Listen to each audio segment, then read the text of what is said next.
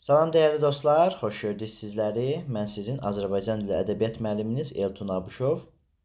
Bu günlərim sizə çərçivə proqramına yeni əlavə olunmuş İlyas nağılı haqqında məlumat verəcəm. Zaman zaman YouTube kanalında çərçivə proqramına yeni əlavə olunmuş əsərləri izahını çəkirik, sizin üçün paylaşırıq. Daha tez xəbər almaq istəyirsinizsə bu videolardan kanala abunə olub, rəy bildirib və videonu paylaşmağı unutmayın. Əvvəlcə əsərin oxunuşunu həyata keçirəcək, sonra onun təhlili ilə bağlı bəzi incə məqamları, bəzi incə detalları sizin nəzərinizə çatdıracaq. Deməli, badi giriftar. Əvvəlcə bu müraciətə baxaq. Badi giriftar, hamam içində, xəlbir saman içində, dəvə dəlləkli yeylər köhnə hamam içində. Qarışqa şıllaq atdı, dəvənin budu batdı, hamamçının tası yox, baltaçının baltası yox. Orada da bir tazı gördüm, onu da xaltası yox. Deməli, əsər pişrov deyilən hissi ilə başlayır ki, pişrovlar biz bilirik ki, nağılların əvvəlində verilən, bu əlincə xarakteri daşıyan bir hissədir. Nağılın məzmunu ilə onun xüsusi bir əlaqəsi yoxdur. Burada badi giriftar ifadəsi Azərbaycan dilində xüsusilə də nağılların başlanğıcında istifadə olunan, xüsusi bir mənası olmayan, ritmik və səsləmə xarakterli bir ifadədir. Yəni, xüsusi bir anlamı yoxdur bu ifadənin. Bu ifadə nağıllar başlayarkən, ümumiyyətlə, pişrovlar nağıllar başlayarkən dinləyicinin diqqətini cəlb etmək, belə deyək, nağılın fantastik dünyasına giriş yaratmaq üçün deyilən ifadələrdir. Bu badi giriftar ifadəsində, giriftar sözünü ayrıca götürsək, yəni farscadan tutulmuş, yaxalanmış, düçar olmuş mənasını ifadə edir. Lakin nağıllarda bu badi giriftar birləşməsinin məzmunu yox, səslənməsi əsas olacaqdır. Deməli, bizə aydın oldu ki, İlyasın nağılı pişrov deyilən o nəzm hissəsi ilə başlayır. Həmin o pişrovun da nağılın məzmunu ilə hər hansı bir əlaqəsi yoxdur. Sadəcə səslənmə xarakteri daşıyır, diqqət cəlb etmək məqsədi ilə ifadə olunur. Pişrovdan sonra nağılların ənənəvi girişi olur. Biri var idi, biri yox idi. Allahdan başqa heç kim yox idi. Deməli, həm pişrovdan, həm də ənənəvi girişdən istifadə olunub İlyasın nağılında. Daha sonra əsərin məzmununa keçirik, yəni ekspozisiya hissəsinə keçirik. Keçmiş zamanlarda bir tacir var idi. Burada hadisələrin keçmiş zamanda cəryan etdiyini biz şahid oluruq. Keçmiş zamanda bir tacir var idi. Bu tacirin İlyas adlı bir qulu var idi. Burada İlyasın, yəni əsərin nağılın adı İlyasla əlaqəlidir. Bu nağılın adını daşıyan İlyasın əsərin əvvəlində qul olduğunun şahidi oluruq. Tacir İlyasa öz oğlu kimi istəyirdi, İlyas da taciri öz dədəsi kimi istəyirdi. Deməli, tacirlə İlyas bir-birlərini ata-oğul kimi çox istəyirdilər. Yəni, tacir İlyasa oğlu kimi yanaşır, İlyas da atasına, deməli, daha doğrusu tacirə bir ata kimi hörmət edirdi. Bir gün tacir əlində olan var-yox mayasını batırdı. O çox fikirli oturmuşdu. İlyas bu qüssəni görüb yanına gəlib dedi. Deməli, mayasını itir, əlində nə varsa hamısı çıxır. İlyas onu görür və onun yanına gəlir. Ağa, nə fikir eləyirsən? Dərdini deyil, bəlkə çarə elədim. Tacir gülüb dedi. Ay İlyas, sən bir qul adamsan, mənim dərdimə nə çarə eləyə bilərsən? Deməli, biz burada şahid oluruq ki, tacir İlyasa qarşı bir inamsızlığı var onun. Bu inamsızlıq digər əsərlərdə də biz bunu görmüşük. Məsələn, Uzun Usta olduğu boyda əsərin əvvəlində atasının oğluna qarşı bir inamsızlığının şahidi oluruq. Burada da eyni ilə tacir İlyasa bir inamsız mövqedə yanaşmış olur, inamsız mövqedə durmuş olur. İlyas deyir, ay ağa, sən özün bilirsən ki, mən səni nə qədər istəyirəm. Bəlkə ikimiz bir yerdə dərdinə dərman elədik. Tacirin çarəsi kəsildi, dedi. Yəni, İlyas burada deyir ki, məsləhətli don gen olar. İki başın düşündüyünü bir baş düşünə bilmir. Gəl bir yerdə bu sənin dərdinə dərman eləyək. Tacirin də çarəsi yox idi. Onsuz da nə gedəcək ondan deyib. Deməli, İlyasa fikrini açır. İlyas, mən var-yox mayamı batırmışam. İndi əlimdə bir qəpik mayam yoxdur. Onun fikrini eləyirəm ki, indi mən nə eləyə bilərəm? İlyas dedi, ağa, bundan asan şey yoxdur. Apar məni sat, mənim pulumu əlində maya elə. Deməli, həmin pulu əlindən maya etdirir, satılmasını istəyir. Tacir gülüb dedi: "İlyas, əvvəla mən səni çox istəyirəm. Necə səni aparım satım? Bir də ki, sənə nə pul verəcəklər ki, mən onu əlimdə maya eləyim?" Biz burada İlyası tacirin sevdiyini öz dili ilə də ifadə etdiyini görürük. Deyir: "Mən səni çox istəyirəm." Çox istədiyi üçün onu satmır. Həm də İlyasın xüsusilə buna maya verəcək bir pulda dəyərdə olmadığını düşünür. Amma İlyas cavabında: "Ağa, mən qiymətli qulam. Mən dünyada 3 şeyi yaxşı tanıyıram." Deməli, 3 şeyi yaxşı tanıdığını ifadə edir. Əsərin sonrakı hissələrində də bu 3 şeyi yaxşı tanıdığı üçün böyük vəzifə, ad-san qazandığının şahidi olacaq biz. Deməli, 3 şey nələr idi? At idi, daşqaş idi, adam idi. Odur ki, apar məni bazara 500 tüməndən aşağı satma. Deməli, ən aşağı olaraq 500 tüməndən aşağı satma deyir. Həmin pulu gətir, əlində maya elə. Tacir biraz fikir elədi. Gördü başqa çarəsi yoxdur. İlyazı qul meydanına apardı. Gəlib qiyməti soruşdular. Tacir 500 tümən deyib, özü də 3 şey bildiyini xəbər verirdi. Bu vaxt padşahın vəziri buradan keçirdi. Bu səsi eşidib tacirin yanına gəlib dedi: "Qulu neçəyə deyirsən?" 500 tümən deyirəm. Özü də 3 şeyi yaxşı tanıyır: adamı, atı və daşı. Vəzir dedi: "Sən dəli olmusan, nədir? Heç padşahın bütün qulları 500 tümənə dəyməz." Vəzir gedib padşaha əhvalatı danışdı. Deməli, padşahın vəziri tacir İlyası qul bazarında satan zaman təsadüfən oradan keçir və tacirin o qul satıram, mənim qulum 3 şeyi yaxşı bilir, bu kimi sözləri eşidir və yaxınlaşır o tacirə. Amma baha olduğunu düşünür. Hətta padşahın bütün qullarının bundan baha olduğunu düşünür. Onu almaqdan vaz keçir, gedir padşaha əhvalatı danışır. Padşah dedi: "Get həmin qulu al." Vəzir 500 tümən gətirib tacirə verdi. İlyası aldı, gətirib padşahın qullarının içinə ötürdü. Deməli, İlyası 500 tümənə aldılar və İlyası vəzir alıb gətirəndən sonra padşahın yanına yox, qulların içərisinə ötürür. Yəni bir müddətdən sonra padşahla bunun biz dialoqunun şahidi olacaq. Tacir də həmin pulu əlinə maya eləyib alış-verişinə başladı. Bir gün padşaha bir gözəl at gətirdilər.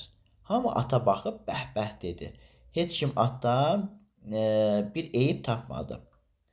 Deməli, padşaha hədiyyə olunan, gətirilən bu ata çox qəşəng at idi, çox yaxşı at idi. Onda heç kim qüsur tapmır. Padşah əmr elədi, İlyası gətirdilər. Dostlar, bu bizə xatırladı Dərzi Şagirdi Əhməd nağılında.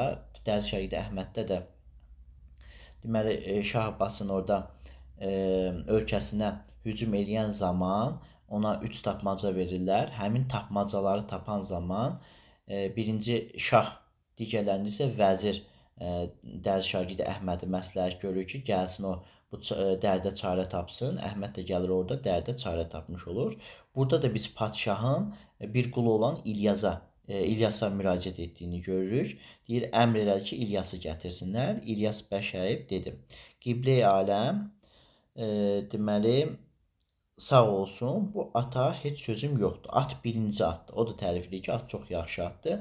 Amma bunun bir eybi var ki, suya girsə yatar." Bu fikrə kənardakıların heç biri inanmır. Hamı dedi: "Heç elə şey olmaz." İlyas dedi: "Padşah sağ olsun, mənim dövlətim yoxdur. Ancaq başımı girov qoyaram. Atı salaq suya, əgər yatmasa, mənim boynumu vurun." Deməli, var dövlətin olmadığını, amma dediyi gerçək olmazsa, onun başını vurmasını istəyir. Bunlar da bəli, atı minirlər, suya vururlar. At suya girən kimi yatdı. Hamı məhdər qaldı. Deməli, İlyasın dediyi gerçək olur. Padşah İlyasdan soruşdu: "İlyas, bu at niyə suya girən kimi yatdı?" İlyas dedi: "Padşah sağ olsun, bu ata camış sütü veriblər. Odur ki, suya girəndə camış kimi yatdı." Padşah, deməli biz görürük ki, birinci ifadədə, yəni birinci atları tanıma məsələsində padşah İlyası fikirlərini təsdiqləmək üçün sonradan yenə də bu atı satandan bunu soruşur. Deyir, padşah atı satandan soruşdu. Sən bu ata camış sütü vermisən? Deməli, at satan baş əyib dedi, padşah sağ olsun. Bu at anadan olandan sonra anası öldü. Mən də onu camışımızla əmizdirdim. Deməli, heç kim İlyasa əvvəl inanmır. Sonradan suya girən kimi atın yatdığının şahidi olurlar. Bunun səbəbini padşah soruşur. Deməli, bu İlyas cavab verib ki, camış sütü veriblər ona görə. Yenə də padşah bunu təsdiqləmək məqsədi ilə dərhal belə dedi, İlyasa inanmır. Bunu təsdiqləmək məqsədi ilə atı satandan soruşur. Deməli, burada biraz əvvəl dediyi hədiyyə deyil. Padşaha bu atı satırlar. Aydındır. Padşaha bu atı satırlar, hədiyyə etmirlər. Sonradan biz görəcəyik ki, onu almaz hədiyyə edir, amma burada satmaq üçün gətiriblər. Astadan bəşəyib dedi, padşah sağ olsun, bu atı deyir, anda olanda deməli anası öldü, mən ona camışımızın sütü ilə baxdım. Padşah İlyasdan çox xoşu gəldi və dedi, bu atı alın, İlxiyə qatın, çapışmada lazım olar. Özü də əmr elədi ki, bundan sonra mən yeyən xörəklə İlyasa da verin. Deməli, artıq İlyasın, biz biraz əvvəl demişdik ki, 3 şeytanıma İlyasa mövqe, məqam gətirəcəkdir. Burada da biz görürük ki, padşahın artıq gözünə girir. Padşah onu çox istəyir. Atı at satına qaytarmırlar. İlxiyə salırlar ki, çapışmada lazım olar və İlyas da burada əmr edir ki, mən nə yesəm, İlyasa da ondan yedizdirim. Bəli, İlyas hər gün padşah yeyən xörəklərdən yeyirdi. Bir gün qonşu ölkələrin padşahları bu padşaha qonaq gəlmişdilər. Bir nəfər də padşaha yumurta boyda bir almaz gətirmişdi. Almaz günəş kimi alışıb yanırdı. Hamı almaza baxıb bəhbəh eləyirdi. Deyirdi, bu almazın heç qiyməti yoxdur. Bir də padşahın yadına düşdü ki, axı İlyas Daşqaşı yaxşı tanıyır.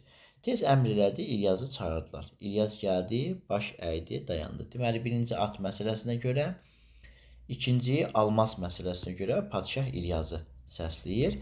Yenə də əvvəldə olduğu kimi heç kim bu almazda bir qüsur görmür. Hamı onu bəhbəhlə deməli, nə gözəl almaz olduğunu deyir, bir qüsur tapmırlar. Padşah İlyası dəvət edir. İlyas, oğul, bu almaza qiymət qoy.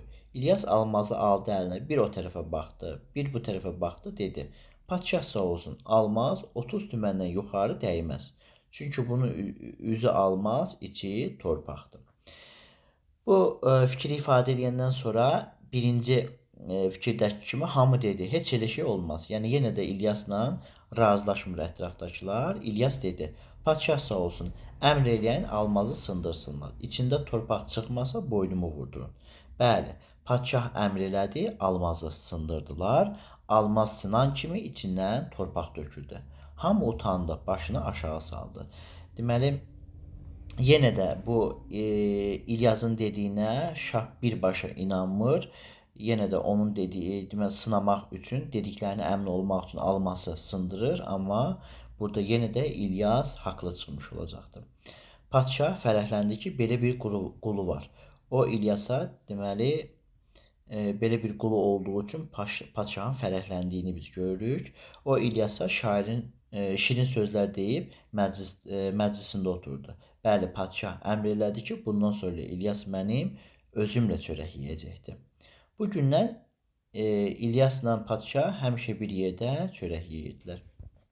Deməli, birincidə demişdi ki, mən nə yesəm, İlyas ondan yesin. Artıq ikincidə biz şahid oluruq ki, İlyas mənimlə oturub çörək yesin və ikinci, yəni almazın dəyərini ölçəndən sonra, qiymət verəndən sonra İlyas həmişə padşahla bir yerdə çörək yeməyə başladı. Bu şəhərdə gözəllikdə misli bərabəri olmayan ağıllı bir qız var idi. Bu qızın gözəlliyi bütün şəhərdə məşhur idi. Biz nağıllarda Pəri Sultanı görmüşdük. O Pəri Sultan da həm ağıllı idi, həm tədbirli biri idi, həm də gözəl biri idi.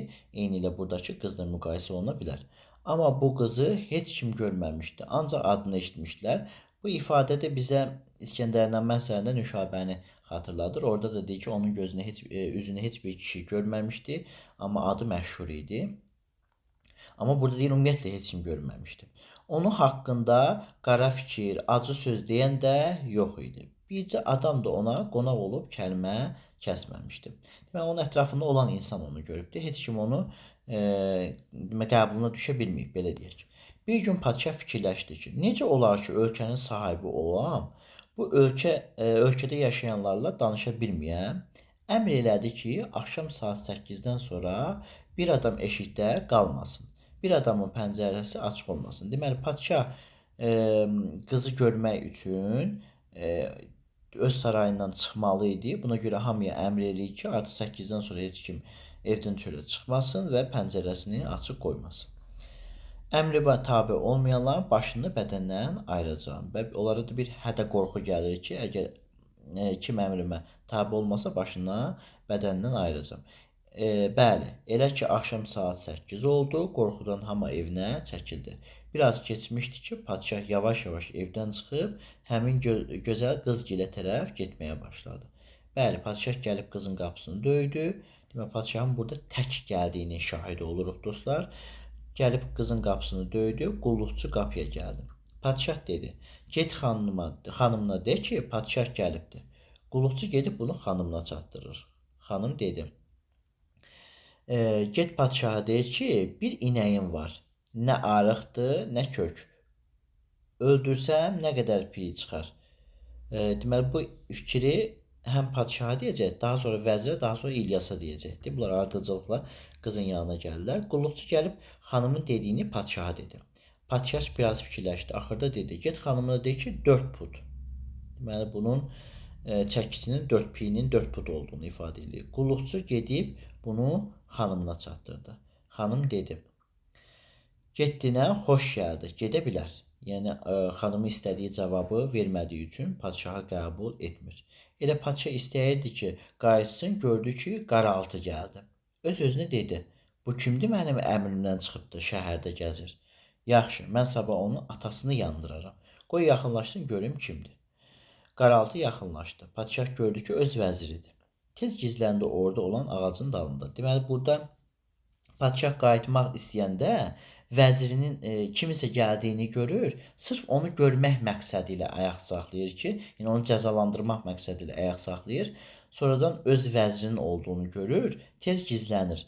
Vəzir bunu padşaha görmür, hələlik padşaha görmür. Dedi, qoy görün vəzirin fikri nədir? Vəzir qızın qapısına yetişdi, qapını döydü, qulluqçu gəldi, vəzir dedi, get xanımına de ki, vəzir gəlib. Qulluqçu getdi xanımına dedi. Qayıdıb gəldi ki, xanım deyir ki, bir inəyim var, nə arıqdır, nə kök, öldürsəm nə qədər piy çıxar. Vəzir fikirləşdi, nə desin, necə desin, yəni bu deyilən fikrin məzmununu tuta bilmir. Axırda dedi, 7 put, padşah 4 put, bu 7 put deyə cavab verir. Qulluqçu gedib xanıma xəbər verdi. Gəlib dedi, xanım deyir ki, gedə bilər, xoş gəldi. Yəni bu cavab da bu xanımı qane eləmədi. Vəzir istədi səs eləsin. Padşah dedi, dinmə görək, bu gələn kimdir? Görək bu nə deyəcəkdir? Yəni burada yenə də vəzir burada biz şahid oluruq ki, bu hissədə bir məqam var, onu nəzərinizə çatdırın. Deməli, vəzir də buradan gizlənir, bir qaraltı gəldiyini görür həmin vaxtda. Tez gizlənir ki, bu qaraltı, gələn qaraltı kimdir? Şübhələnir və bunu sabahların padşaha deyərəm deyib gizlənir. Gizlənən yerdə artıq orada padşahla belə deyək də qarşılaşmış olacaq, üz-üzə gəlmiş olacaqdır. O qaraltını vəzir istədi ki, elə səs eləsin ki, bu kimdir? Padşah dedi ki, dinmə görək bu gələn kimdir? Görək bu nə deyəcəkdir? Bunlar burada deməli mıstılar, yəni gizləndilər. Qaraltı yaxınlaşdı. Gördülər ki, bu gələn İlyasdır. İlyas qızın qapısını döydü, qulluqçu gəldi. İlyas dedi, get xanımına de ki, padşahın qulu İlyas gəlibdir. Qulluqçu gedib xanımına xəbər verdi. Gəlib həmin sualı ona verdi. İlyas dedi, get xanımına de ki, qəbuldur. Deməli, padşah 4, o suala, vəzir 7, İlyas isə qəbuldur cavabını vermiş olacaqdı. Padşahla vəzir lap məhdal qaldılar. Dedilər, nə olsun ki, bunu biz də deyərdik də. Bəli, qulluqçu gedib qapını açdı. İlyas içəri girdi. Padşahın deməli, padşahla vəzir işi belə görüb tez bir təhər özlərini qızın bağçasına saldılar. Ağacların altında gizləndilər, gördülər ki, İlyas eyvanda əyləşib. Deməli, İlyasın bu cavabı qız qəbul eləyir doğru olaraq. Yəni axtardığı cavab olaraq qəbul eləyir. Ona görə onu evinə dəvət eləyir qulluqçu vasitəsilə və padşahla da vəzirə bu işin sonu maraqlı olduğu üçün demək gizli şəkildə bağçaya girirlər olanlara şahid olmaq üçün. Bəli, qulluqçu əlində məcməyi bir üstündə ağ örtük gətirib İlyasın qabağına qoydu. Deməli, bir məcməyi gətirir. Həmin məcməyidə görək nə var? İlyas məcməydən örtünü götürdü. Məcməyidə bir dənə qayçı var, bir varaq kağız var, bir Quran var, bir top iynə, bir də nar var idi. Deməli, qayçı, varaq, Quran, top, iynə və nar var idi. Padşahla vəzir dedilər: Belə hələ qoyaq ki, biz də demişik, qəbuldur. Yaxşı, bəs bu nə olsun? Nar, Quran, iynə, qayçı bu sirri ki bilməyəcəkdik. Yəni biz də əvvəlcə qəbuldur desəydik, getsəydik evə, bizim qabağımıza bunu qoysaydılar, amma biz bu sirri bilməyəcəkdik deyir. Qoy görə İlyas nə eləyəcəkdi? İlyas iynələri götürüb hamısını bir-bir narın üstünə taxdı. Sonra kağızı götürüb cıqqılı-cıqqılı doğradı. Sonra Quranı öpüb yerinə qoydu. Dostlar, biz burada əşşavi yazını görürük. Azərbaycan dilində yazı növlərini keçəndə yazının ilk mərhələsində əşşavi yazı olduğunu ifadə edirdi. Burada da əşşavi yazı olduğunu ifadə edir. Yəni bu məcməyidəki ifadələrin sonradan mənası açılmır. Amma bu mənanı ifadə edir ki, yəni məni iynə ilə deşik-deşik eləsələr, yəni mənim kəssələr və yaxud da məni qayçıyla kağızı kəsib məni doğrasalar belə sənin sirrini heç kimə demərəm. Bu mənanı ifadə eləyəcəkdir. Padşahla vəzir dedilər: Hələ qoyaq ki, biz də demişik qəbuldur. Aha, görə bu nə edəcəkdir? İlyas bu batırdıqdan sonra kağızda cıqqılı-cıqqılı doğradıqdan sonra Quranı öpüb yerinə qoyur. Padşah, vəzir bir-birinə dedilər: Yaxşı, bu nə deməkdir? Bu halda qulluqçu gəldi, məcməyini apardı. Bəli, elə ki qulluqçu məcməyini apardı, xanım eyvana gəldi. Nəhayət xanımın üzünü Kənar-Şərs gördü. Məlahətli səslə dedi: İlyas, nəhayət bu şəhərdə ağıllı, mərifətli bir adam tapıldı ki, dərdini onunla bölüşəsin. Deməli, İlyası ağıllı, mərifətli bir sirdaş kimi qiymətləndirmiş olacaqdı bu xanım. Vəzirlə padşahın az qalırdı paxıllıqdan bağırları çatlasın. Yəni buradakı şah obrazı da biraz ziddiyyətli obrazdır. Həm paxıldır, həm öfkəlidir, təkəbbürlüdür, həm də ürəyi yumşaq və olanlara dəyər verən biridir. Ziddiyyətli obrazlardan biridir. Ertəsi gün İlyas bir vaxt gəldi. Padşah dedi: İlyas, gecə hardaydın? İlyas dedi: Padşah sağ olsun. Məni sənə satan tacirin anasını mən özümü ana kimi bilirdim. O da məni çox istəyirdi. O ölübdür. Getmişdim onun qəbrinin üstünə. Qəbrin üstünə ağladım, yuxu tutdu, qaldım qəbrin üstünə. Bir də gördüm ki, səhərdir. Deməli, İlyas olanları ona açmadı. Çünki qızın yanında söz vermişdi ki, məni yəni iynə ilə deşsələr, nə ilənsə doğrasalar belə mən bu sirrini açıb deməyəcəm sizə. Ona görə sirri açıb ona demir. Padşah bildirdi ki, İlyas yalan deyil. Bilirdi ki, İlyas yalan deyil, çünki şahid olmuşdu. Yenə dedi: İlyas, düzünü de, gecə hardaydın? İlyas dedi: Padşah sağ olsun, yuxu tutmuşdu, qalmışdım qəbrin üstünə. Deməli, padşah bir burada soruşur, 2 burada soruşacaqdı. Padşah bir də deyir, soruşur: hardaydın? Padşah hissləndi, şirin sözləri bir kənara qoyub qəzəblə dedi. Üçüncü yenə də soruşacaqdı. İlyas, düzünü də görüm gecə hardaydı, yoxsa başını bədəndən ayırarım. Burada həm də hədə qorxu gəlir. İlyas yenə də dedi: Padşah sağ olsun, yuxu tutmuşdu, qalmışdım qəbrin üstündə. Deməli, biz bunu dərzi şagird Əhmədlə müqayisə edə bilərik. Orada da dərzi şagird Əhmədlə də Şah Abbas nə qədər dərzi şagird Əhməddən soruşsa da o yuxusunu demir. Cəza versə belə o cəzaya razı olur. Yəni zindanda yatsa da yenə də deməli bu sirri açıb ona, yuxunun sirrini açıb ona demir. Nə gördüyünü ona açıb demir. Eyni ilə burada da İlyas axşam harda olduğunu ifadə etmir, demir. Padşah əmr elədi ki, aparın bu məlumu oxlayın. Amma ox atanlara öyrət ki, oxu elə açsın ki, İlyasa dəyməsin. Çünki bu sirri öyrənmək istəyirdi. Bəli, İlyas oxa basdılar. Deməli, oxlanmağını istəyir, amma elə atın deyir, oxçulara tapşırır ki, elə atsınlar ki, İlyas ölməsin. Bəli, İlyas oxa basdılar. Amma ox İlyasa dəymirdi. Boynunun qoltuğun altından keçirdi. Padşah gəldi, dedi. Bu dördüncü dəfədə artıq soruşur. İlyas düzünü de görüm. Gecə hardaydın? Yoxsa bu saat səni astıraram. İlyas yenə dedi. Padşah sağ olsun, yuxu tutmuşdu, qalmışdım qəbrin üstündə. Padşahın qəzəbi artdı. Hiss beyninə vurdu. Gördü ki, bu dediyini deyir, dediyindən dönmür, əmr elədi. Bu saat bunu asın. Bəli, İlyası dar ağacının altına gətirdilər. Kəndiri boğazına saldılar. Elə ki, istədilər kəndiri çəksinlər. Bir də gördülər ki, bir atlı çapa-çapa gəlir. Deməli, bu dördüncü dəfə soruşandan sonra eyni cavabı alır və padşah da bundan əsəbləşir. İlyası dar ağacından asmaq üçün gətirirlər. Dar ağacı məsələsini biz Salur Qazanın evin yağmalaması boyunda görəcəyik. Orada Orucu dar ağacına asmaq istəyirdilər. Bir də Durna Teli qolunda Koroğlunun dəlilərini, yəni Eyvazla bir yerdə Bəlli Əhməd, Dəmirçioğlu və Eyvazı dar ağacının ətrafına gəlib asmalarının şahidi oluruq. Asmaq üçün gətirsinlərdi, amma dediyimiz bu əsərlərin hamısında, yəni üçündə də heç bir dar ağacının altına gətirilən insan dar ağacından asılmır. Deməli, İlyası dar ağacının altına gətirdilər, kəndiri boğazına saldılar. Elə ki, istədilər kəndiri çəksinlər. Bir də gördülər ki, bir atlı çapa-çapa gəlir. Atlı elə yeyin gəlirdi ki, artıq burada padşahın bunu öldürmək niyyəti var idi.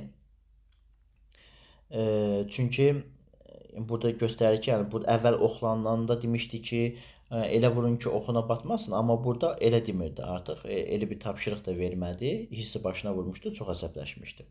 Atlı elə yeyin gəldi ki, atın üstündəkini görmək mümkün deyildi. Yəni atın üstündə kim var idi, onu görmürlər. Çünki at çox dörd ayaq gəlirdi, yəni çaparaq gəlmişdi.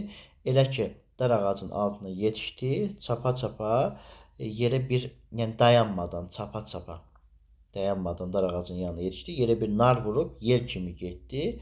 Nar parçalanıb dağıldı. Yəni heç kim bunu görmədi. Yenə də üzünü, çünki elə sürətlə gəlir ki, heç kim onun üzünü görə bilmir. Və yerə nar vurur, nar parçalanır, özü də çıxır gedir. İlyas dedi, dayanın deyim. Bəli, İlyasın boynundan kəndiri açdılar. İlyas dedi, padşah sağ olsun, gedək saraya, biz bu sirri tək sənə deyəcəm. Padşah, yəni hər kəsin yanında demir bu sirri, açıb demir. Bunu biz Koroğlu dastanında Keçən Zəngirat qaçırması qolunu görürük. Orada da İstanbulda məclis qurularkən deməli nəzərdə tutduğu planı Xodkara tək deyir. Açıb hər kəsin yanında demir Hasan Paşa. Onunla müqayisə edə bilərik. Padşahla İlyas getdilər saraya. İlyas dedi, padşah sağ olsun, gecə mən filan gözəl qıza qonaq idim. Onu ağlına, kamalına, qeyrətinə heyran oldum. Deməli, biz görürük ki, padşah birbaşa 4 dəfə İlyasdan bunu soruşur. Sonuncuda İlyasdan soruşmur, özü deyir artıq İlyas. Padşah dedi, yaxşı, o piy məsələsi nə idi ki, sən dedin qəbulda? İlyas dedi, padşah sağ olsun, xanım o sualla demək istəyir ki, sən məni görməmisən. Bilmirsən, ağıram, kökəm, gözələm, çirkinəm, ağıllıyam, ağılsızam.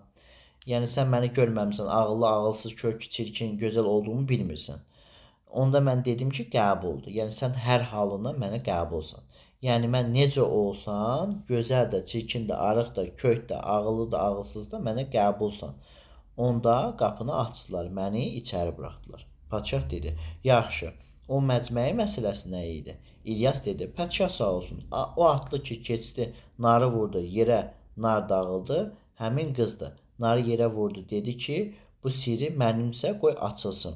Tək sən ölmə. Odur ki, mən də olanları dedim. Deməli, narı yerə çırpması əvvəl demişdi ki, bu sirri mən heç kimə demərəm. Yəni belə deyək də and içmişdi. Dırnaq arası and içmişdi. O əşyalarla orada ifadə olmuşdu and içmə. Amma sonradan həmin qız da bu məsələyə görə, bu sirrə görə İlyasın ölümünü istəmir. Gəlir narı yerə çırpır. Mənası da budur ki, bu sir mənimdirsə qoy açılsın, ona görə sən ölmə. Padşah İlyası bəh-bəh deyib öz yanında oturdu. Dedi: "İlyas." Deməli yenə də İlyası bağışladı. Biraz əvvəl asırdı, indi artıq bağışlayası oldu. İlyas: "Axı sən adamı da tanıyırsan. İndi de görüm, mən necə adamam?" İlyas dedi: "Padşah sağ olsun, sən çörəkçi oğlusan." Padşah dedi: "Sən nə danışırsan? Mən padşah oğluyam." Deməli burada biz birinci atda da gördük ki, padşah ona inanmadı. Sonra almasda da gördük ki, onu sınadı. Yenə də üçüncüdə adam tanımada da onun çörəkçi oğlunu deyir İlyas, çörəkçi oğlu olduğunu deyir. Padşah yenə də inanmır. Deyir mən padşah oğluyam. Mənim atam da bu şəhərin padşahı olub, babam da. İlyas dedi: "Padşah sağ olsun, əmr elə, anan gəlsin, soruş, elə o olmasa boynumu vurdur." Demək, üçündə də İlyas özündən o qədər əmin idi ki, boynunu, yəni öz canını dediklərini üçün dedikləri yolunda öz başını canına qoymuş olur. Yəni bu qədər əmin idi. Üçündə də boynumu vur ifadəsini işlədir. Padşah anasını çağırıb dedi: "Ana, düzün de, mən kimin oğluyam? Mənim atam kim olub?" Anası dedi: "Mən həmlə olanda, yəni hamilə olanda padşah dedi ki, əgər qız doğsan səni öldürəcəyəm. Oğlan doğsan nə desən gözüm üstə. Vaxt çatanda mənim qızım qonşudakı çörəkçinin isə oğlu oldu. İşi belə görəndə çörəkçiyə pul verdi, uşaqları dəyişdik. İndi sən də doğrudan da çörəkçi olursan." İlyas padşahdan acı söz gözləyirdi. Yəni İlyas bu həqiqəti açdığı üçün padşahın ona qəzəblənəcəyini düşünürdü. Amma o İlyasa afərin deyib soruşdu. İlyas, sən nə bildin ki, mən çörəkçi oğluyam? Yenə də bunun sirrini ondan öyrənmək istəyir ki, yəni necə tanıdın, necə bildin ki, mən çörəkçi oğluyam? İlyas dedi: Məsələn, atda soruşmuşdu bir də bunu ki, nə bildin ki, yəni bu at yatacaq? O demişdi ki, camış sütü məsələsini ifadə elədi. Bir də burada sən mənim yəni çörəkçi oğlu olduğunu dedin, hardan bildin? İlyas dedi: "Padşah sağ olsun, sən məndən razı qalanda qızıl gümüş vermədim. Çörəyinə şərik etdin." Yəni birinci mənə razı qalanda demişdi ki, yəni o atın sirrini açanda o demişdi ki, padşah daha doğrusu demişdi ki, mən nə yesəm onu yesin. Padşah dedi: "Yaxşı İlyas, yəni bu tanımağın da səbəbi sən əgər padşah oğlu olsaydın gördüyün bu olardı da qızıl çörək verərdin. Mən sən çörəkçi oğlu olmusan ki, məni çörəyə şərik eləmirsən." Padşah dedi: "Yaxşı İlyas, bəs o qız kimdir?" İlyas dedi: "Padşah sağ olsun, o qız padşah qızıdır." Padşah anasından soruşdu. Gördü doğrudan da həmin qız bunun yerinə dəyişilən qızdır. Sən demə anası ona gizlincə qızıl gümüş verib dolanışını saxlayırmış, amma özünü qızına nişan verməyibmiş. Padşah soruşdu. İlyas, bəs sən kimsən? Deməli, o qız dəyişəndən sonra ana o qızı öz nəzarətində saxlayır, ona çoxlu qızıl gümüş verir, dolanışığını saxlayır, amma heç kimə bildirmir bunu. Padşah soruşdu, İlyas, bəs sən kimsən? İlyas dedi, padşah sağ olsun, mən bir bağban oğluyam. Deməli, padşah çörəkçi oğlu, bu da bir bağban oğlu olur. Bağban məsələsi biz görəcəyik dostlar. Deməli, Mirzi İbrahimovun Gələcək Gün əsərində orada da Firidun obrazı var ki, o da bağban o övlad olacaqdır. Mən uşaq olanda bizim şəhərə hücum eləyib basırlar. Məni əsir eləyirlər, sonra gətirib qul yerinə satırlar. Bax, bu göz fikir görürsünüz. Bu basqın nəticəsində mən uşaq olarkən bizim şəhərə hücum eləyirlər və basırlar. Məni əsir eləyirlər. Burada əsir düşübdür İlyas. Əsir düşmə məsələsi də yenə də Koroğlu dastanında, Dədə Qorqud dastanının bəzi boylarında, yəni məlum boylarında və qollarında biz bunları görürük. Əsir düşən igidlər olur. Və burada gəlib qul yerinə satırlar deyir məni. Biz burada aydın olur ki, bizə İlyas 2 dəfə qul kimi satılıbdır. Bir əvvəl şəhərlərə hücum eləyib basırlar, gətirib qul bazarında satırlar. Sonradan da öz taciri, onu götürən alan tacir onu vəzirə satır. Deməli İlyas qul bazarında 2 dəfə satılıbdır. Padşah həmin qızı İlyasa aldı. 40 gün, 40 gecə toy elədi. Öz tacını başından götürüb İlyasın başına qoydu. Dedi: "Padşahlığa sən yararsan. Sənin bildiyin mənimkindən çoxdur." Demək, biz burada bir qulun, tacir qulunu bir padşah olduğunun şahidi oluruq, məqam sahibi olduğunun şahidi oluruq. Həmin o sirli qızla evlənir, 40 gün 40 gecə toy eləyirlər. Bu 40 gün 40 gecə toy eləməsi deməli Pəri Sultanla biz bunu Dərd Şagird Əhmədin də müqayisəsində görə bilərik. Orada 3-cü tapmacanın cavabını tapmamışdan əvvəl padşahın qızı ilə Dərd Şagird Əhməd evlənib, padşah olan 40 gün 40 gecə toyunu eləyir.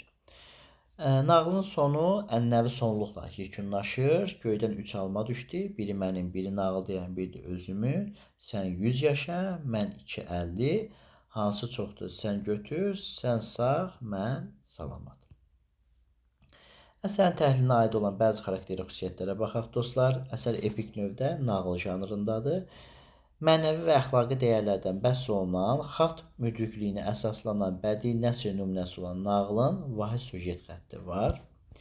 Əsərin əsas mövzusu, deməli, ağıl, bilik, dürüstlüyün yüksək dəyəri və həyatda əhəmiyyətidir. Həmçinin görünüşün aldatması, deməli, doğma köklər, qismət və ədalətin bərpası və əsərdə yardımcı mövzu kimi də göstərilə bilər. Deməli, əsasən ağıl, bilik və dürüstlüyün yüksək dəyəridir. Necə ki, bu mövzunu biz Dərd Şagird Əhmədin mövzusu ilə eyni eləyə bilərik. Eyniyyət təşkil edir hər ikisində. Həmçinin görünüşün aldanmaması, doğma köklər, deməli, qismət və ədalətin bərpası əsərdə ikinci yardımcı mövzu kimi də göstərilə bilər. Ağıl və dərrakənin hər cür səddi aşa bilən ən böyük sərvət olduğu fikri əsərin ideyasıdır. İdeyasında səsləşən ən qüvvətli cümlədir. Nağıl İlyas adlı bir qulun insanı, atı, daş-qaşı tanıma bacarığı, yəni ümumilikdə həyat təcrübəsi və dərrakəsi vasitəsilə qeyri-adi uğurlara imza atması, özünün həqiqi mənşəyini və padşahın sirrini üzə çıxarması əsasında cəryan eləyir. Nağıl göstərir ki, sosial statusu, yəni qul olmaq və ya mənşə, bağban oğlu olmaq insanın daxili dəyərini, biliyini və ağlını məhdudlaşdıra bilməz. Nağıl fərdi bacarıqların, ağlın və mənəvi keyfiyyətlərin padşahlıq qanı kimi zahiri fərqlərdən daha vacib olduğunu vurğulayır. Padşahın çörəkçi oğlu, qulun isə ən qiymətli insan olduğu ortaya çıxır. Əsərin sujet xətti yüksələn və enən xəttlə inkişaf edir. Ekspozisiyası tacir və onun İlyas adlı bir qulu olması ilə o haqda məlumatla başlayır. Zavyaskası tacirin dövlətini itirməsi, İlyasın özünü satma təklif etməsi. Burada artıq hadisələrə düyün vurulur. Hadisələrin ən gərgin kulminasiya nöqtəsi İlyasın asmaq üçün dar ağacının altında gizlədilməsi. Razveska İlyasın padşahın və özünün həqiqi mənşəyini açıqlaması. Finalda İlyasın qızla evlənməsi, 40 gün 40 gecə toyunun olmasıdır. Əsər nağılların məzmunu ilə səsləşən pişrovla başlayır. Daha sonra nağıllara aid ənənəvi giriş verilmiş olacaqdır. Əsərdə 4 obraz iştirak edir. İlyas əsərin baş qəhrəmanıdır. Yəni bu 4 obraz İlyasdır, tacirdir, vəzirdir, bir də şahdır, sonradan bir xanım da əlavə olunur. Yəni bunu 4 yox, 5 obraz deyək. 5 obraz iştirak etsin. Və orada bir dənə yardımcı obraz kimi qulluqçunu da götürə bilərik. Hətta 6 obraz kimi də düşünə bilərik. Düzdür, qulluqçu geniş şəkildə orada iştirak etmir, amma əsərdə yenə də iştirak edən obrazlar sırasına aid edə bilər.